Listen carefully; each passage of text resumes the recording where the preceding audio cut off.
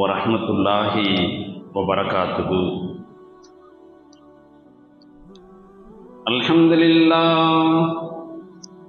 அல்ஹம்துலில்லாஹி நஹ்மதுஹு வ நஸ்தஈனுஹு வ நஸ்தக்ஃபிருஹு வ நஊது பில்லாஹி மின் ஷுரூரி அன்ஃபுஸினா வ மின் ஸய்யிஆத்தி அஅமாலினா. மன் யஹ்திஹில்லாஹு ஃபலா முضل له ومن يضلله فلا هادي له وأشهد أن لا إله إلا الله وحده لا شريك له وأشهد أن محمدا عبده ورسوله. وقال الله تعالى في القرآن العظيم والفرقان الحميد: أعوذ بالله من الشيطان الرجيم. بسم الله الرحمن الرحيم. يا أيها الذين آمنوا آمنوا بالله ورسوله والكتاب الذي نزل على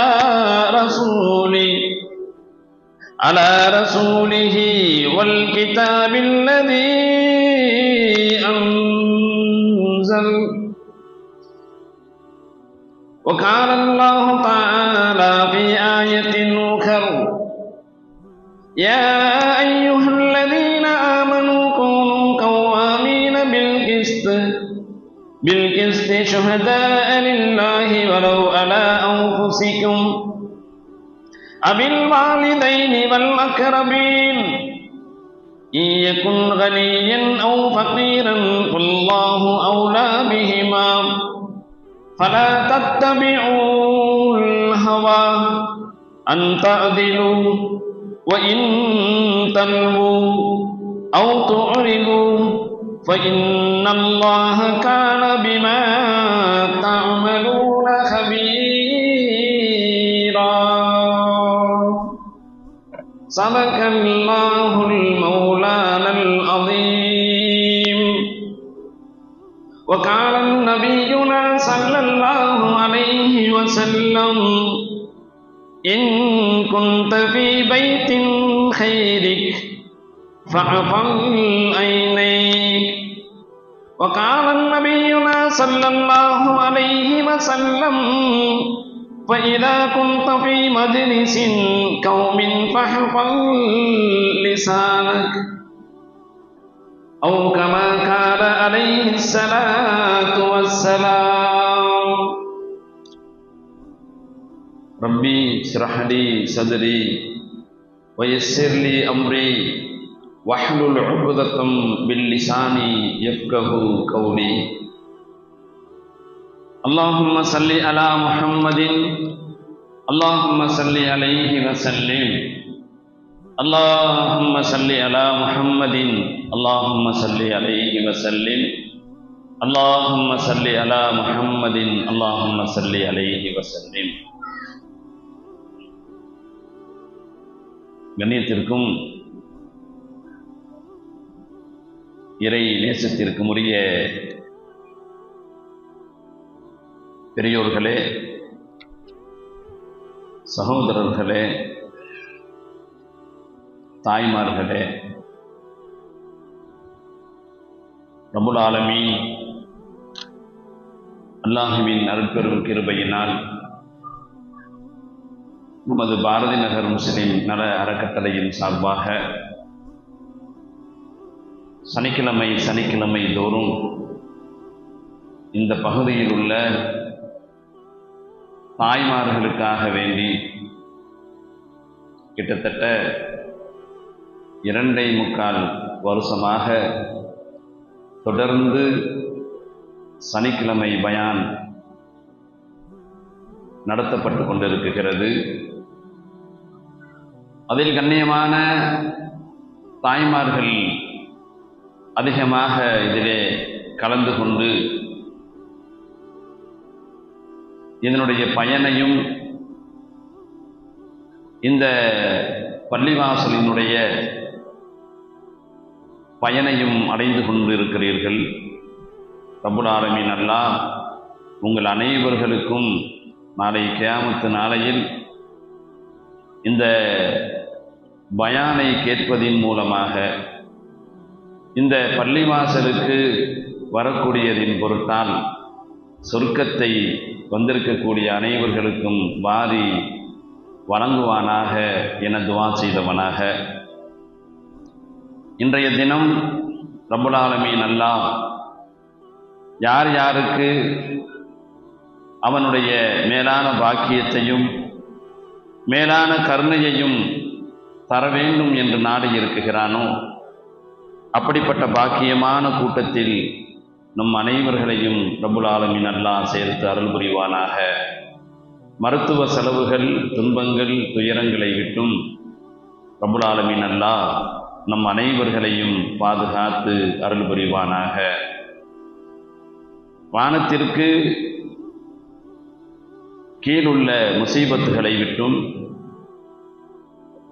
வானத்திற்கு பூமிக்கு மேலுள்ள பேராபத்துகளை விட்டும் ரப்புல் ஆலமீன் அல்லாஹ் நம் அனைவர்களையும் பாதுகாத்து அருள் புரிவானாக. ஆமீன் ஆமீன் யா ரப்பல் ஆலமீன்.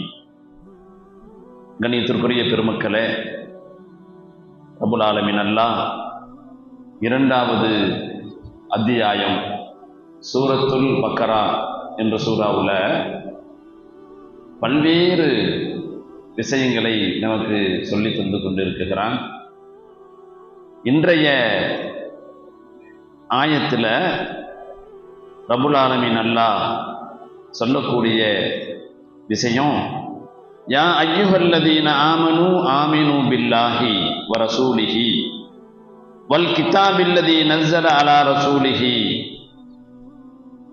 விசுவாசம் கொண்டவர்களே, ஈமான் கொண்டவர்களே, நீங்கள் அல்லாஹுவையும் அவனுடைய தூதரையும் அவன் தன்னுடைய தூதரின் மீது இறக்கி வைத்துள்ள திருக்குர்ஆன் வேதத்தையும் இதற்கு முன்னால் இறக்கியுள்ள வேதங்களையும் நீங்கள் ஈமான் கொள்ளுங்கள். அல்லாஹ்வுடைய மலக்குகளையும் நீங்கள் ஈமான் கொள்ள வேண்டும் என்று இந்த ஆயத்தில் அல்லாஹ் ஒரு அற்புதமான விஷயத்தை நமக்கு சொல்லித் தருகிறான். அது மட்டுமல்ல, சாட்சியம் கூறுவதில் நீங்கள் எவ்வாறு நீதியுடன் நடந்து கொள்ள வேண்டும் என்பதையும் இந்த வசனம் நமக்கு தெளிவுபடுத்துகிறது. கணித்திற்குரிய பெருமக்களே, இன்னைக்கு நீதமாக நடப்பது என்பது சாதாரண விஷயம் அல்ல. ஒரு குடும்பத்தில் கணவனுக்கு மனைவி நீதமாக நடக்க வேண்டும், மனைவி கணவனுக்கு நீதமாக நடக்க வேண்டும், நம்முடைய சகோதர சகோதரிகளுக்கு நாம் நீதமாக நடக்க வேண்டும், நம்முடைய பிள்ளைகளுக்கு நம்ம என்ன செய்யணும், நீதமாக நடக்க வேண்டும். இப்படி நம்ம குடும்பத்திலேயே நம்ம எடுத்து பார்த்தோமேயானால் ஒவ்வொருவர்களுக்கும் நம்ம என்ன செய்யணும், நீதமாகவே நடக்க வேண்டும் என்று ரப்புல் ஆலமீன் அல்லாஹ் இந்த ஆயத்தின் மூலமாக நமக்கு சொல்லித் தருகிறான். உதாரணமாக, நம்ம குடும்பத்தில் ஒரு பிரச்சனை வருது. அல்லாஹ் திருமறை இந்த விஷயமா நம்ம சொல்லித் தர்றான். நம்ம குடும்பத்தில் ஒரு பிரச்சனை வருது. என்ன பிரச்சனை? நபி ஸல்லல்லாஹு அலைஹி வஸல்லம் காலத்தில் ஒரு பிரச்சனை. என்ன பிரச்சனைன்னு சொன்னா, ஒரு தந்தை 2 மகன்கள். அப்ப ஒரு மகன் என்ன செய்யறாரு, தன்னுடைய தந்தையை நன்றாக கவனித்து இறுதி வரை என்ன செய்யறாரு, நல்லா கவனிக்கிறார் தன்னுடைய தந்தையை. அது மாதிரி இன்னொருவர், அண்ணன் 2 பேரு தான், இன்னொருவர் எதையுமே கண்டுக்கறல. இப்ப பல கோடி சொத்து இருக்குது அவருக்கு, அந்த தந்தைக்கு பல கோடி சொத்து. இப்போ ஊர் மக்கள்லாம் பேசிக்கிறாங்க, இரு அண்ணன் தம்பி தான் இருக்கிறாங்க, 2 பிள்ளை தான் அவருக்கு, 2 பசங்க தான். அதில் ஒருவர் தன்னுடைய அத்தாவை என்னன்னே கேட்கறதில்லை, அவர் தனியாக போயிட்டார். அவர் வசதி வாய்ப்போட இருக்கிறார். இந்த தம்பி இன்னொரு சகோதரர் இருக்கார்ல, அவர் தான் நல்லா கவனிக்கிறாரு. நல்லா கவனித்து தன்னுடைய தந்தையை ரொம்ப கண்ணியமான முறையில் மௌத்தான பிறகு ஊர் மக்கள் பேசக்கூடிய அளவுக்கு என்ன செஞ்சிட்டாருன்னு சொன்னால் கபுஸ்தான் அடக்கம் பண்ணிட்டாரு என்றெல்லாம் பேச்சு. இந்த பேச்சில் இங்கே நல்லா கவனிக்கணும். அல்லாஹ் நீதமாக நடக்க சொல்றான்ல. அப்ப மனிதர்களுக்குள்ள என்ன சொல்றாங்கன்னா, இவருக்கு நிறைய சொத்து இருக்குது, இந்த சொத்து 2 பேத்துக்கு தான், இந்த சொத்து 2 பேத்துக்கு தான். இந்த ஒரு சகோதரர் தான் என்ன செஞ்சாரு, தன்னுடைய தந்தையை நல்லா கவனிச்சுக்கிட்டாரு, இந்த சொத்து எல்லாம் அவருக்கு போகுமா என்ற ஒரு கேள்விகள் ஊருக்குள்ள பேசப்படுது. இந்த வழக்கு நபி ஸல்லல்லாஹு அலைஹி வஸல்லம் அவர்கள் என்ன செய்து போகுது. நபி ஸல்லல்லாஹு அலைஹி வஸல்லம் விசாரிக்கிறாங்க. விசாரித்த பிறகு சரியான முறையில் தீர்ப்பு சொல்றாங்க. என்ன தீர்ப்பு சொல்றாங்கன்னு சொன்னா, இருவருக்கும் 1 கோடி இருக்குன்னு சொன்னா ஆளுக்கு 50 லட்சம், எந்த விதமான பாக பிரிவினை இல்லாம, எந்த விதம் யாருக்கு எந்த சங்கடமும் இல்லாம 2 பேருக்கு சரியாக பிரிச்சு கொடுக்கப்படுது. இப்ப சிலர்கள் கேட்கிறாங்க, இவர் தானே நல்லா அத்தாவை பார்த்தாரு, எவ்வளவு செலவழிச்சு, பல லட்சங்களை செலவழிச்சு இவர் பார்த்தாரு, இவருக்கு மார்க்கம் என்ன சொல்லுகிறது என்று சொன்னால், ஷரியத்தின்படி அது யாராக இருந்தாலும் சரி, அவர் கவனிச்சாலும் சரி கவனிக்காட்டியும் சரி, இருவருக்கும் சரிசமமாக கொடுக்கப்பட வேண்டும் என்று அல்லாஹ் ரப்புல் ஆலமீன் தீர்ப்பு வழங்க சொல்லி இருக்கிறான் என்று நபிகள் பெருமானார் ஸல்லல்லாஹு அலைஹி வஸல்லம் அவர்கள் தீர்ப்பு செய்கிறாங்க. அப்ப கேட்கப்படுது, இவர் தன்னுடைய தந்தைக்கு செய்தாரே, இவர் தன்னுடைய தந்தைக்கு செய்தாரே, என்ன அதற்கு என்ன கூலி சொன்னாங்க. நாளை கியாமத்து நாளையில இவருக்கு தன்னுடைய தந்தைக்கு எது எல்லாம் செய்தாரோ அதற்கு பல மடங்கு கூலியை அவர் பெற்றுக்கொள்வார் என்று அண்ணல் நாயகம் ஸல்லல்லாஹு அலைஹி வஸல்லம் அவர்கள் சொல்லி இருக்கிறாங்கன்னு சொன்னா, ஷரியத் அதுதான். அப்ப உலகத்துல நீதமாக நடக்கணும், நேர்மையாக நடக்கணும். இதைத்தான் ரப்புல் ஆலமீன் அல்லாஹ் இங்கு தெளிவாக சொல்லித் தருகிறான். யா அய்யுஹல்லதீன ஆமனு கூனு கவ்வாமீன பில் கிஸ்தி ஷுஹதா லில்லாஹி வலவ் அலா அன்ஃபுஸிகும் அவில் வாலிதைனி வல் அக்ரபீன இன் யகுன் கனியன் அவ் ஃபகீரன் ஃபல்லாஹு ஊலா பிஹிமா ஃபலா தத்தபிஉல் ஹவா அன் தஅதிலு வ இன் தல்வு அவ் துக்ரிது ஃபஇன்னல்லாஹ கான பிமா தஅமலூன கபீரா. 2வது அத்தியாயம் 135வது ஆயத்துல அல்லாஹ் சொல்வதை கேளுங்கள். ஈமான் கொண்டவர்களே, யா அய்யுஹல்லதீன ஆமனு, ஈமான் கொண்டவர்களே, கூனு கவ்வாமீன பில் கிஸ்தி ஷுஹதா லில்லாஹ், நீங்கள் நீதியின் மீது நிலையானவர்களாகவும், உங்களுக்கோ அல்லது உங்கள் தாய் தந்தைக்கோ அல்லது உங்களுக்கு மிக நெருக்கமான உறவினர்களுக்கோ விரோதமாக இருந்தாலும் அல்லாஹ்விற்காக சாட்சி கூறுகிறவர்களாகவும் நீங்கள் இருங்கள். நீங்கள் யாருக்கு விரோதமாக சாட்சி கூறுகிறீர்களோ அவர் பணக்காரராகவோ அல்லது ஏழையாகவோ இருந்தால் அல்லாஹ் அந்த இருவரையும் காப்பாற்றுவதில் மிக அருகதை உள்ளவனாக இருக்கிறான்.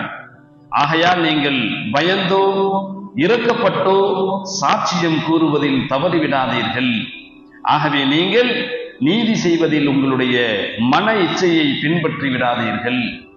மேலும் நீங்கள் சாட்சியத்தை மாற்றி கூறினாலும் அல்லது சாட்சியம் கூறுவதையே நீங்கள் புறக்கணித்தாலும் அப்பொழுது அல்லாஹ் நீங்கள் செய்கின்றவற்றை நிச்சயமாக நன்கு விளங்கி அறிகிறவனாக இருக்கிறான் என்று இந்த நீதத்தை பற்றி அல்லாஹ் ஜல்ல ஷானஹு வ தஆலா இவ்வளவு அழகாக சொல்லித் தருகிறான். சகோதரர்களே, ஆக உலகத்தில் வாழக்கூடிய காலங்களில் நீங்கள் நீதமாக இருக்கணும்.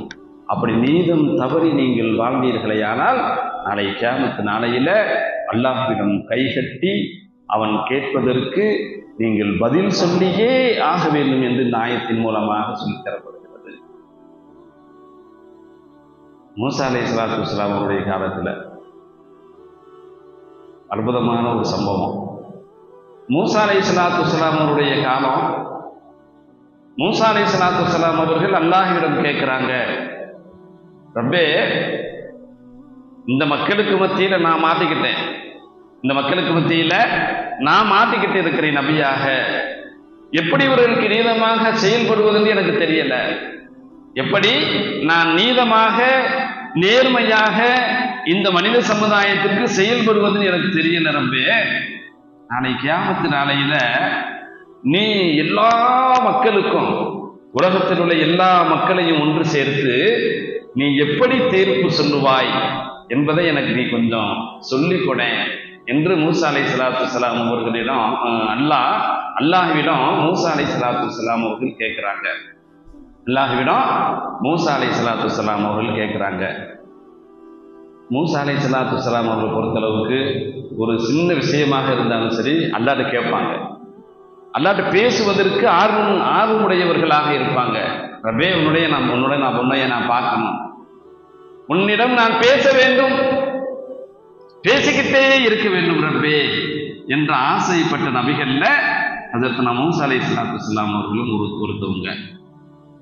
அப்ப அல்லாஹ் சொன்னா, மூசா, நான் எப்படி இந்த மனிதர்களுக்கு நாளை கியாமத்து நாளையில சாட்சி சொல்லுவேன், சாட்சியாக இருப்பேன், எப்படி தீர்ப்பு வழங்குவேன் என்பதை நீ கேட்டாய்.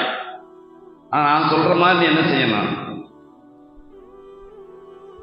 நான் சொல்ற மாதிரி நீ நான் சொல்றதை நீ கேட்டேன்னு சொன்னா நான் தீர்ப்பளிப்பவன் என்பதை நீ என்ன செய்ய, நீ கரெக்டா நீ புரிஞ்சுக்கணுங்க அப்படின்னு சொல்லிட்டு அல்லாஹ் என்ன செஞ்சான், மூசா அலைஹிஸ்ஸலாத்து வஸ்ஸலாம் சொன்னான். மூசா அலைஹிஸ்ஸலாம் கேட்டாங்க, ரப்பே, என்ன செய்யறது ரப்பே, வாங்க நைல் நதியில ஒரு இடத்துல நீங்க மறைமுகமா உட்கார்ந்துக்கங்க, நைல் நதியில மறைமுகமா ஒரு இடத்துல நீங்க உட்கார்ந்துக்கங்க, உட்கார்ந்துட்டு அங்க என்ன நடந்தாலும் நீங்க என்ன செய்யக்கூடாது, பேசக்கூடாது. என்ன நடந்தாலும் நீங்க ஒருபோதும் மனசு கவலையா இருந்தாலும் பேசக்கூடாது, மன சஞ்சலமா இருந்தாலும் பேசக்கூடாது, சந்தோஷமா இருந்தாலும் பேசக்கூடாது.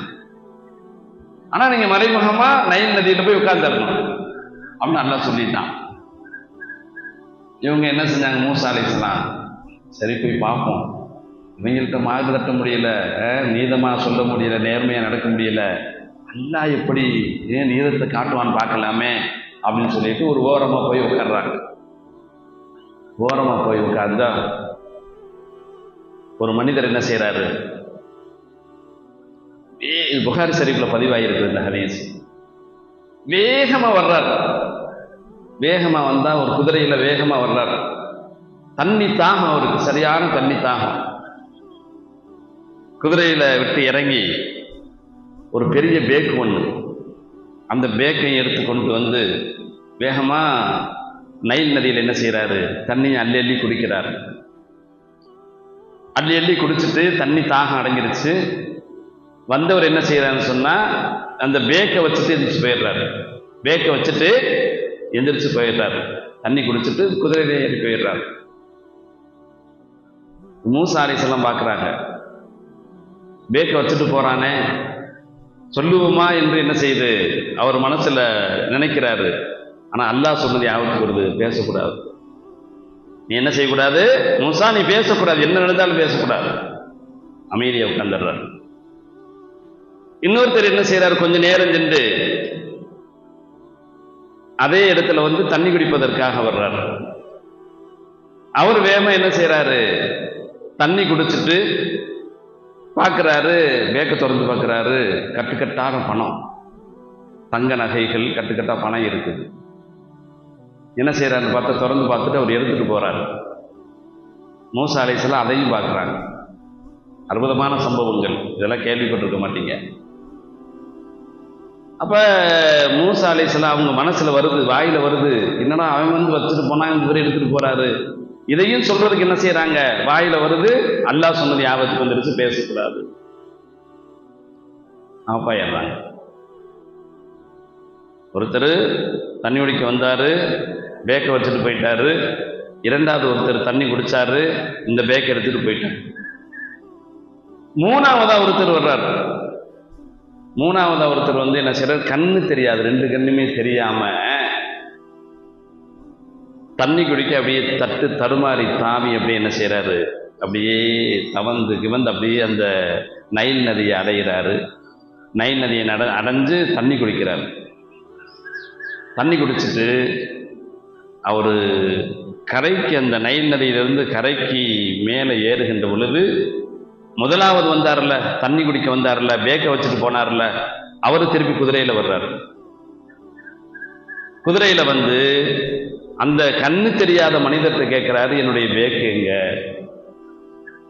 அவர் சொல்றாரு, எனக்கு கண்ணு தெரியாது, எனக்கு கண்ணு, ரெண்டு கண்ணு தெரியாது, நானே தட்டு தடுமாறி தண்ணி குடிச்சிட்டு போறேன், நீ வந்து பேக்கை கேட்டா எனக்கு என்னப்பா தெரியும்? அப்ப அவன் சொல்றான், நான் வந்து தண்ணி குடிக்க வந்து பேக் இங்கே தான் வச்சுட்டு போனேன். நான் போய்கிட்டு இருக்க போகும்போதே என்ன செஞ்சிட்டேன், எனக்கு ஞாபகம் வந்துச்சு, நான் திரும்பிட்டேன். வேறு யாரும் இங்கே வர்றதுக்குள்ள வழிகள் இல்லை, உன்னைய தவிர வேறு யாரும் இருக்கல, நீ தான் எடுத்திருப்ப. ஆனால் கண்ணு தெரியாம நீ நடிக்கிற, கண்ணு தெரியாம நீ நடிக்கிறப்பா அப்படின்னு சொல்லிட்டு அந்த முன்னால் வந்தார்ல, முதல் தண்ணி குடிச்சார்ல, அவர் வந்து அவர்கிட்ட சண்டை போடுறார். இப்ப இவர் சொல்றாரு, எனக்கு கண்ணு தெரியாதுங்க, எனக்கு எந்த விதமான என் கண்ணே தெரியாது, நான் எப்படி பேக்க எடுப்பேன்? இல்லை இல்லை, நீ என்ன செஞ்சுட்ட, நீ கண்ணு தெரியாம நடிக்கிற அப்படின்னு சொல்லிட்டு என்ன செஞ்சான், அந்த ஆளு வாளை எடுத்தான், வெட்ட போறான். மூசா அலைஹிஸ்ஸலாத்துடைய குரல் வருது, எப்படி, ஏய் வெட்டாத அப்படிங்கிற மாதிரி வாயில வரக்கூடிய நேரத்தில் அல்லாஹ் சொன்னது ஞாபகம் வந்துருச்சு.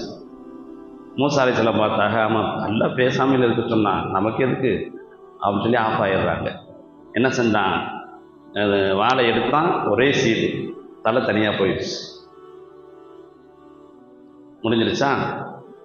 இப்போ மூசா அலைஹிஸ்ஸலாம் அல்லாஹ்ட்ட கேட்குறாங்க, ரப்பே உன்னுடைய தீர்ப்பு நாளை கியாமத்து நாளையில் எல்லா மக்களுக்கும் நீ தீர்ப்பு சொல்லுவீன்னு சொன்னியே, இப்போ நான் பேசலாமா அப்படின்ட்டு அல்லாஹ்ட்ட மூசா அலைஹிஸ்ஸலாம் கேட்குறாங்க. அப்போ அல்லாஹ் சொன்னா, மூசா நீ தாராளமாக பேசலாம், இந்த விஷயம் முடிஞ்சுச்சு, என்னுடைய தீர்ப்பு இதுதான் அப்படின்னு அல்லாஹ் மூசா அலைஹிஸ்ஸலாத்துக்கு சொல்லி காட்டுறான். என்ன அல்லாஹ், இது என்ன தீர்ப்பு?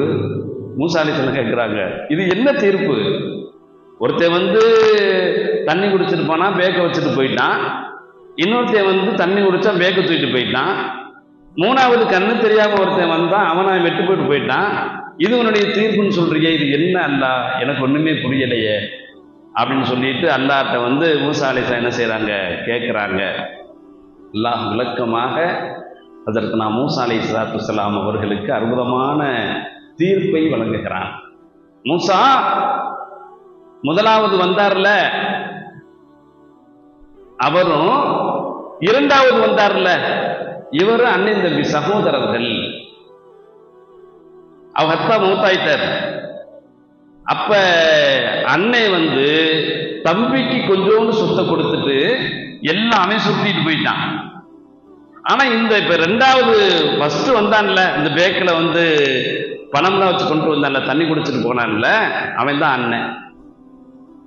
இரண்டாவது வந்தான்ல அவன் தம்பி, அவனுக்கு சேர வேண்டிய சொத்து தான் அது. அல்லாஹ் இவ்வளவு அழகாக மூசா அலைஹிஸ்ஸலாத்து வஸ்ஸலாம் அவர்களுக்கு விளங்க வைக்கிறான் என்பதை இப்ப நம்ம என்ன செய்யணும், நம்ம விளங்கணும். ஃபர்ஸ்ட் முதலாவது வந்தவன் அண்ணன், அவங்க அத்தாவுடைய சொத்துல அதிகமாக கொடுக்க வேண்டிய தம்பிக்கு கொடுக்காம சில லட்சங்களை கொடுத்துட்டு அவன் எடுத்து எல்லாத்தையும் என்ன செஞ்சிட்டான், அவன் வச்சுக்கிட்டான். ஆனா அந்த தம்பிக்கு சேர வேண்டிய சொத்து தான் அது. ஃபர்ஸ்ட் வந்து மறந்துட்டு போனான்ல, இரண்டாவது உங்க தம்பியை நான் என்ன செஞ்சேன், அனுப்பி அந்த பணத்தை அவனுக்கு பெறக்கூடிய அந்த சொத்தை இரண்டாவதாக இந்த தம்பி எடுத்துக்கொண்டான், சரியல்ல. மூணாவது கண்ணு தெரியாத அவனை ஏன் அவன் வெட்டினான் அப்படின்னு அதுக்கு அல்லாஹ் சொன்னான், மூணாவது கண்ணு தெரியாத ஒருத்தன் வந்தான்ல, அவன் அவனும் இந்த சகோதரர்களுடைய அத்தாவும் பார்ட்னர். நல்லா விளங்கணும், வியாபாரத்தில் இருவரும் பார்ட்னரு. ஆனா சொத்துக்காக அந்த கண்ணு தெரியாதவன் இந்த ரெண்டு சகோதரர்கள் வந்தாங்கல்ல, இவங்களுடைய அத்தாவை என்ன செஞ்சுட்டான்? கொலை செஞ்சுட்டான். மூசா அலைஹிஸ்ஸலாத்து வஸ்ஸலாமுடைய காலத்துல நீதி என்பது எப்படின்னு சொன்னா பழி வாங்கிறது. ஒருத்தன் கண்ணை எடுத்துட்டான்னு சொன்னா அதே மாதிரி கண்ணை எடுக்கணும். ஒருத்தன் ஒருத்தன் கொலை செஞ்சுட்டான்னு சொன்னா அதே மாதிரி கொலை செய்யணும். இது மூசா அலைஹிஸ்ஸலாத்து வஸ்ஸலாமுடைய காலத்துல சட்டமாக அல்லாஹ் கொடுத்திருந்த ஒரு அற்புதமான ஒரு சட்டம். அப்ப ஏன் அந்த மூணாவது கண்ணு தெரியாத அந்த மனிதனை அந்த சகோதரர் கொலை செஞ்சார்னு சொன்னா அவரை தவிர வேறு யாரும் கொலை செய்ய முடியாது. அவரை தவிர, ஏன்னா அவருடைய அவரை இவர் தானே கொலை செஞ்ச, கண்ணு தெரியாதவர் தான் என்ன செஞ்சிருக்கிறாரு? கொலை செஞ்சிருக்கிறாரு. அப்ப இவரை யார் கொலை செய்யணும்? அந்த சகோதரர்கள் ஒருத்தர் தான் கொலை செய்யணும். எனவே கொலைக்கு கொலை, பலிக்கு பலி என்ற சட்டத்தை அல்லாஹ் ஜல்ல ஷானஹு தஆலா ஹஜ்ரத் மூசா அலைஹிஸ்ஸலாத்து வஸ்ஸலாம் அவர்களுக்கு சொன்னபோது மூசா அலைஹிஸ்ஸலாத்து வஸ்ஸலாம் அவர்கள் அதிர்ந்து விட்டார்கள். ரப்பே, அற்புதமான தீர்ப்பு செய்வதில் உன்னைய மாதிரி வேறு யாரும் இல்லை ரப்பே. ஆனால் நான் இந்த மக்களுக்கு மத்தியில் எப்படி தீர்ப்பு செய்யறது தெரியாமல் இருந்தேன், இப்போ நான் தெரிஞ்சுக்கிட்டேன் அல்லாஹ்வே என்று ஹஜ்ரத்னா மூசா அலைஹிஸ்ஸலாத்து வஸ்ஸலாம் அவர்கள் அல்லாஹ் ஜல்ல ஷானஹு தஆலாவிடம் நன்றி செலுத்தியவர்களாக, ரப்பே உன்னை மாதிரி தீர்ப்பு செய்யல யாரும் இல்லை, அற்புதமான தீர்ப்பு, நீ மறுமையில் இப்படித்தான் தீர்ப்பு செய்வாய் என்பதை எனக்கு இவ்வளவு அழகான முறையில் சொல்லிட்ட ரப்பே என்று ஷுக்ரு செய்தார்கள் என்பதாக புகாரி ஷரீஃபில் இந்த நேர்மையான நியாயமான அல்லாஹ்வுடைய தீர்ப்பை இதற்கு மூசா அலைஹிஸ்ஸலாத்து வஸ்ஸலாம் அவர்கள் அல்லாஹ்விடம் கேட்டு பெற்றுக்கொண்டார்கள்.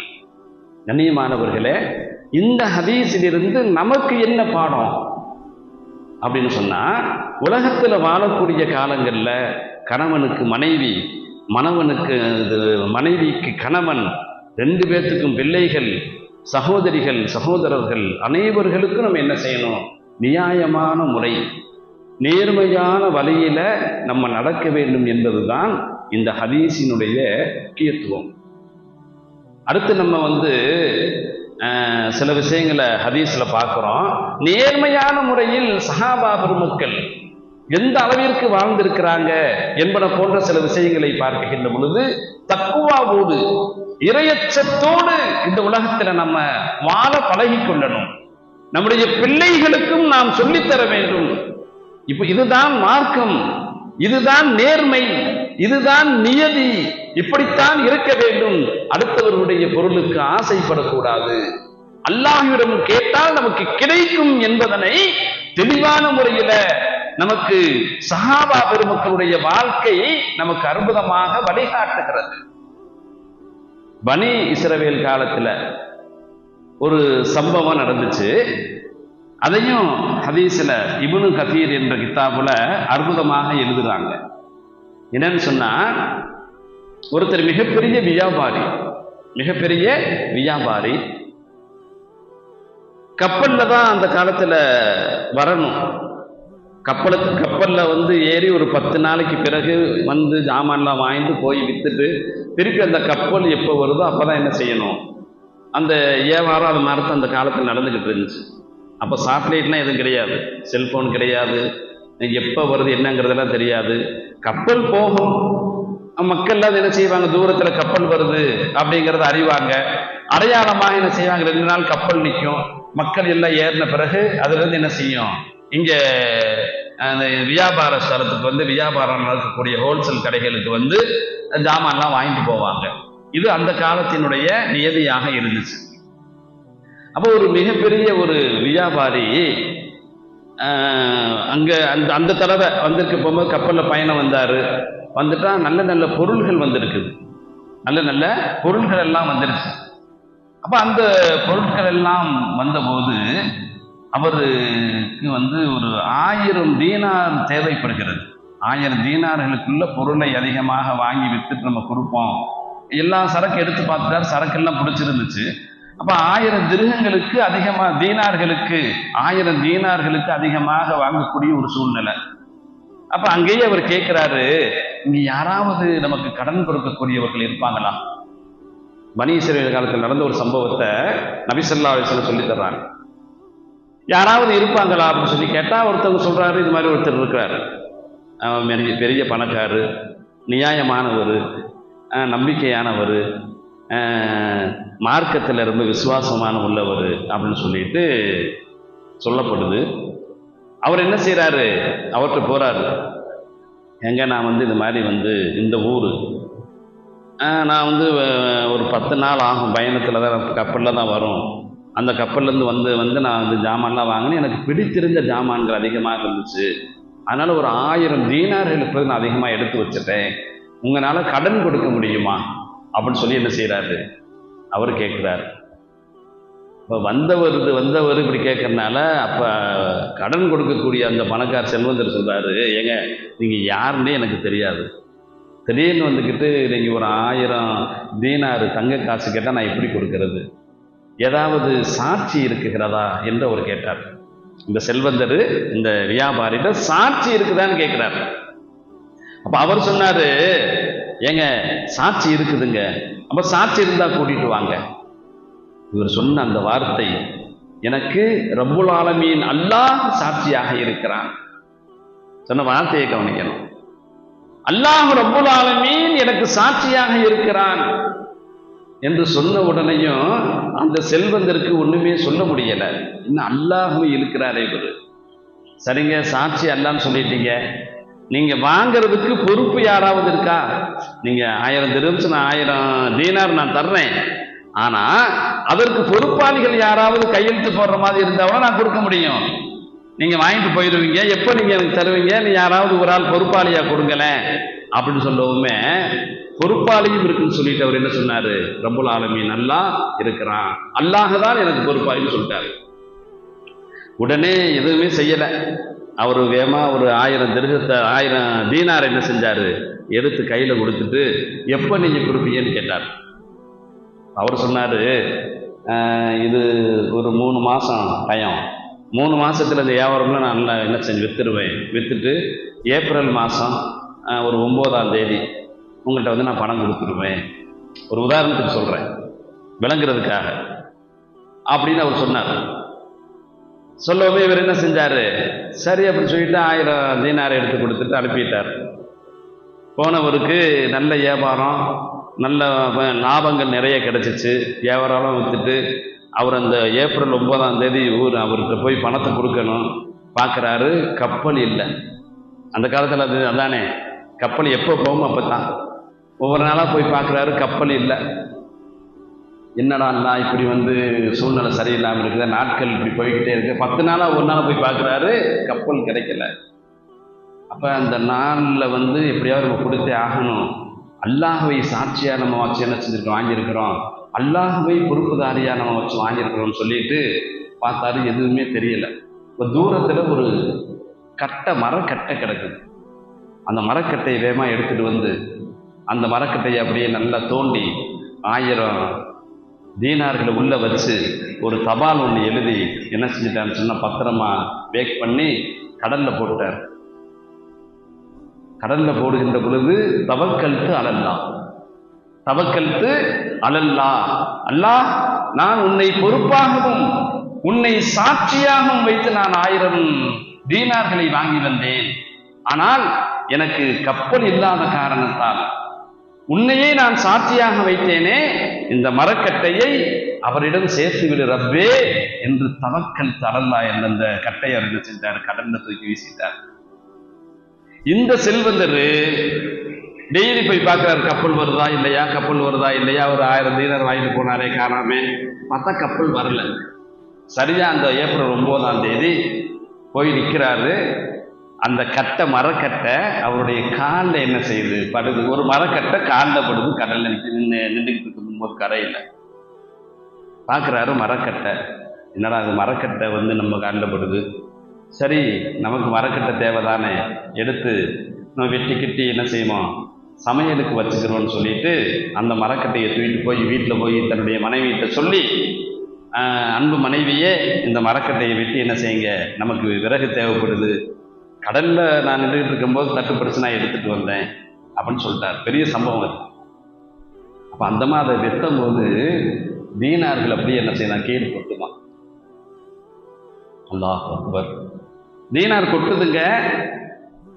தீனார் ஏங்க தீனார் கொட்டுதுங்க, தீனார் நிறைய காசு, தங்க காசா வருதுங்க, என்னன்னு பாருங்க அவன் தன்னுடைய மனைவி சொல்லுகின்ற பொழுது எடுத்து பார்க்கும்போது ஒரு தபால் ஒன்று.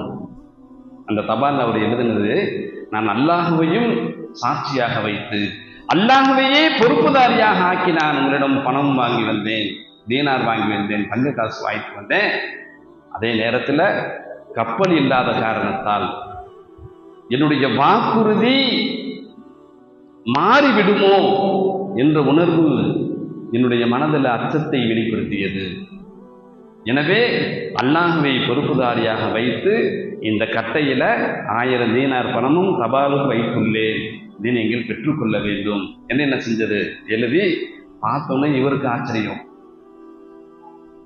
அப்பே இப்படி ஒரு நிலையா, ஆச்சரியமாக இருக்கிறது என்று சொல்லி என்ன செஞ்சார். கொஞ்சம் காலம் போச்சு, அப்புறம் கப்பல் வந்துச்சு. அவர் திருப்பி என்ன செஞ்சாரு, அந்த வியாபாரி 1000 தீனாரை எடுத்துட்டு வந்து வியாபாரத்துக்கு போவதற்கு முன்னால் அந்த செல்வந்தட்ட போறாரு.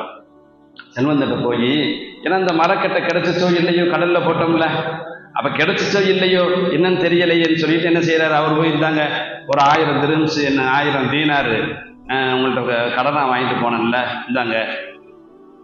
அப்ப அவர் கேட்கிறாரு, கப்பல் வரலையோ அதனால தான் லேட்டோ? ஆமா, கப்பல் வரல, லேட்டா தான் இந்த கப்பல் வந்துச்சு, நான் வந்தேன். அப்ப அவர் சொல்றாரு, அல்லாஹுவையும் சாட்சியாக வைத்து அல்லாஹுவையே பொறுப்புதாரியாக வைத்து நீங்கள் ஒரு மரக்கட்டையை அனுப்பினீர்களே, அது சரியான நேரத்தில் அதே நேரத்தில் என்னுடைய காலில் பட்டது. நான் எடுத்து வந்து வெட்டி விறகு எரிப்பதற்காக, சமையல் பண்ணுவதற்காக நான் அதை வெட்டுகின்ற பொழுது உள்ளே நீங்கள் அனுப்பிய தீனாரும் இருந்தது, தபாலும் கிடைத்தது என்று சொன்னபோது 2 பேரும் அல்லாஹ்வுக்கு ஷுக்ர் செய்தார்கள். 2 பேரும் என்ன செஞ்சாங்க, அல்லாஹ்வுக்கு நன்றி செய்தார்கள் என்ற வரலாறுகளை ஹஸரத் ரசூலுல்லாஹி ஸல்லல்லாஹு அலைஹி வஸல்லம் அவர்கள் இந்த விஷயத்தை நமக்கு சொல்றாங்க. நேர்மை என்பது நேர்மை தவறாமல் இருக்க வேண்டும், நீதியாக உலகத்தில் வாழ வேண்டும் என்பதற்கு இது மாதிரி விஷயங்களை நபி ஸல்லல்லாஹு அலைஹி வஸல்லம் அவர்கள் நமக்கு நிறைய விஷயங்களை சொல்லித் தர்றாங்க. சகோதரர்களே, சகோதரிகளே, ஆகையினால இந்த என்னுடைய ஆயத்துல நீதி தவறாமல் நீங்கள் உலகத்துல வாழணும், நீதியாக இருக்கணும், நேர்மையாக இருக்க வேண்டும் என்பதை இந்த 135வது ஆயத்துல ரப்புல் ஆலமீன் அல்லாஹ் சொல்லுகிறான். யா அய்யுஹல்லதீன ஆமனு கூனு கவ்வாமீன பில் கிஸ்தி ஷுஹதா லில்லாஹி வலவ் அலா அன்ஃபுஸிக்கும் வபில் வாலிதைனி வல் அக்ரபீன். விசுவாசம் கொண்டவர்களே, நீங்கள் நீதியின் மீது நிலையானவர்களாகவும், உங்களுக்கோ அல்லது உங்கள் தாய் தந்தையருக்கோ அல்லது உங்களுக்கு மிக நெருக்கமான உறவினர்களுக்கோ விரோதமாக இருந்தாலும் அல்லாஹ்விற்காக சாட்சி கூறுகிறவர்களாகவும் நீதியும் நேர்மையானவர்களாகவும் நீங்கள் இந்த உலகத்தில் வாழ வேண்டும் என்பதை இவ்வளவு அற்புதமாக இந்த ஆயத்தின் மூலமாக அல்லாஹ் ஜல்ல ஷானஹு தஆலா நமக்கு இது மாதிரி சில விஷயங்களை நமக்கு சொல்லித் தருகிறான். கணவன்கிட்ட, மனைவியிட்ட, பிள்ளைகள்கிட்ட, தெருவில், ஊரில், உலகத்தில் எப்படி நீங்கள் நீதியாக நடப்பீர்களோ நாளை கியாமத்து நாளையில் உங்களுக்கு அரிசியினுடைய நிழலை நான் வழங்குவேன் என்று ரப்புல் ஆலமீன் அல்லாஹ் சொல்லித் தருகிறார். சகோதரிகளே, ஆகையினால கண்ணியமானவர்களே, இந்த திருமுறை நமக்கு எதை பாடமாக சொல்லித் தந்ததோ அதை அப்படியே கடைபிடித்து உலகத்தில் நீதவான்களாக நேர்மையானவர்களாக வாழக்கூடிய பாக்கியத்தை ரப்புல் ஆலமீன் அல்லாஹ் நம் அனைவர்களுக்கும் தந்து அருள் புரிவானாக. வாஹிர் தவ்வானா அனில் ஹம்துலில்லாஹி ரப்பில் ஆலமீன். அஸ்ஸலாமு அலைக்கும் வரஹ்மத்துல்லாஹி வபரகாத்துஹு.